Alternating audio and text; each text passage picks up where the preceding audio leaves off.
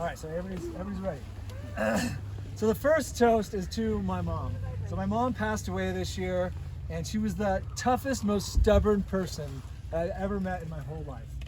She beat cancer 3 times over a 20-year period, and she finally succumbed to the 4th cancer this year in January. And so it's kind of a tough year, right? I lost my mom. But she inspired this whole project because I wanted to do something that was tough, something that was gritty, and something that was stubborn like her. To get through all those cancers over all those years, you gotta be so stubborn. And so I thought, let's try to ski 300 days this year. And that would be the best tribute I could do to my mom. So that's why I did it. And I love that Martin was with me. It was so stormy and powdery and crazy up on Suicide Chute at Mount Superior today. And that was so cool because my mom was like that. She was fierce and stormy. And the night she died, on the 10th of January this year, there was a huge storm and it knocked out all of the power in the hospital she was in. It knocked out the generators even. When my family went to go visit her, they were walking through hallways with flashlights and up and down stairwells. It was crazy, but it was also like, yeah, Mom, we hear you. So it was kind of a really cool just experience to have that. She was stormy. These storms came in. Day 300 was a storm. That night she passed was this big storm. And my mom loved champagne.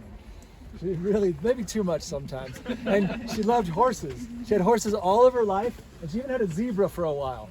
So that's why I have the zebra there. I was about to ask about that. Yeah, so the first toast is to Mom. It's to my mom, it's to your mom, it's to all the moms, because it's literally impossible to quantify how much moms do for us. What would we do without Mom? So cheers to Mom. Thanks, Mom. Yeah, thanks, Mom. And the second one's quicker. It's just cheers to all of you. Without the support that my friends and family and just the people that support us at SnowBrains, we couldn't do this. We couldn't live this lifestyle. And I think we are a bit of a disruptor in this industry because I think that we show 2 things that are really important to me is a hyper maybe dedication to this lifestyle. And 300 days is nuts, right? And then vulnerability. I really like the idea of being vulnerable, acting and behaving and speaking about how you actually feel, who you actually are. And I think that's so important because I think if we do that more in this industry, our industry is going to get more diverse and it's just going to get better. So cheers to all of you for your support. Cheers. Thank you. Cheers.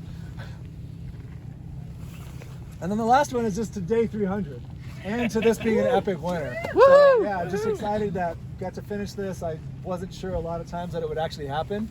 And here we are. So cheers to this winter and 300. Cheers, Mom. Yeah. Woo! And thanks for showing up, guys. I really appreciate you guys being here. What was your hardest day? Which number was the hardest day? I wish I could say the hardest physical day was I did this thing. There's a book for the Eastern Sierra, like Andrew McLean's book. So Andrew McLean skied with us today, which was super cool. It was really nice of him. So like his book, there's one from the Sierra, and there's a thing called Point Powell cool-off. And it looked pretty simple. And so I went there, I ended up going by myself. It's out of Lake Sabrina in the High Sierra. It ended up being 14 miles round trip. And most of it not on snow. And even when I was on snow, it was flat and terrible, and like walking through lakes and ponds and the chute itself was maybe 600 feet. It was like, it was a cool experience, but that was my most physically difficult day. And then I was telling someone that the other maybe funniest day was I showed up in Bariloche to go skiing one day and it was really raining. And all the shops were closed, so where I kept my skis was closed. I couldn't get my skis, the mountain actually closed. So I ended up having to go to a rental shop and rent boots and skis and poles and hike up the mountain and then ski down. It was just like total slop and just pouring rain. I was soaked. So that kind of was even the hardest day because it was just so challenging. I remember at the resort, I just started putting my boots on. I was like, I don't know how, but I need every day right now. I can't miss a single day. I don't know how, but I'm gonna ski somehow. And actually, the first thought I had was, you know how people leave their skis and they go to lunch? I was like, man, I bet these skis would fit me. And I only need them for like 20 minutes. They're not gonna be gone. Like they'll still be around. I'll apologize. I've got some pesos. And I was like, hey, sorry about that. But luckily, one of the shops was open. Actually, I didn't have any money. I forgot. And luckily, I knew a guy that was a friend of a friend, and he's like, I'll pay for you, and then you pay me back tomorrow. It was really nice of him. So it's just, again, the friends and family are what made this happen. I could not do this on my own. So cheers. Thanks, guys. Yeah. Cheers. Champagne and zebras. Yeah.